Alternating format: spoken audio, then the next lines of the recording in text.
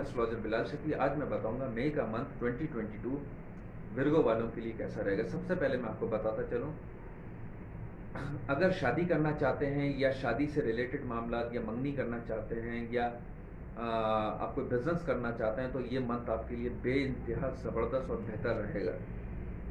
सिर्फ एक चीज़ का मैं ख़ास तौर पे बोलूँगा, ब्लैक मैजिक हो गया या जादू हो गया या गंदे असरात हो गए या नज़र बद हो गई, ये मैंने कभी ऐसी बात डिस्कस नहीं की, मगर मैं ख़ास तौर पे विर्गो वालों के लिए कह रहा हूँ क्योंकि इनकी प्लानिटरी पोजीशन ऐसी बन रही है, 6ठे और 8वें घर की बन रही है। तो इस टाइप की चीज़ों से थोड़ा परहेज़ कीजिएगा। कोई ऐसी अगर आपकी तबीयत में दबाव रहता है या चल रहा है तो सूर्य फलक का विर्द ज़रा ख़ास तौर पे मैं बोलूँगा ज़्यादा से ज़्यादा कीजिएगा, क्योंकि ये टाइप की चीज़ें बनती हुई मुझे नज़र आती हैं, इम्कानात बनते हुए नज़र आते हैं।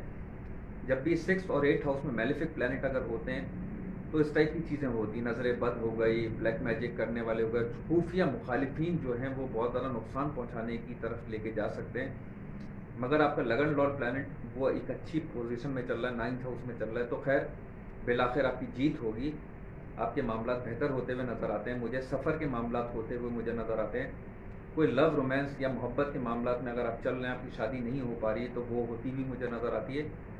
बस थोड़े अपने मुखालफिन से थोड़ा एहतियात करने की ज़रूरत है, ख़ास तौर पर प्रोफेशनली भी और कुछ रिश्तों को लेकर भी।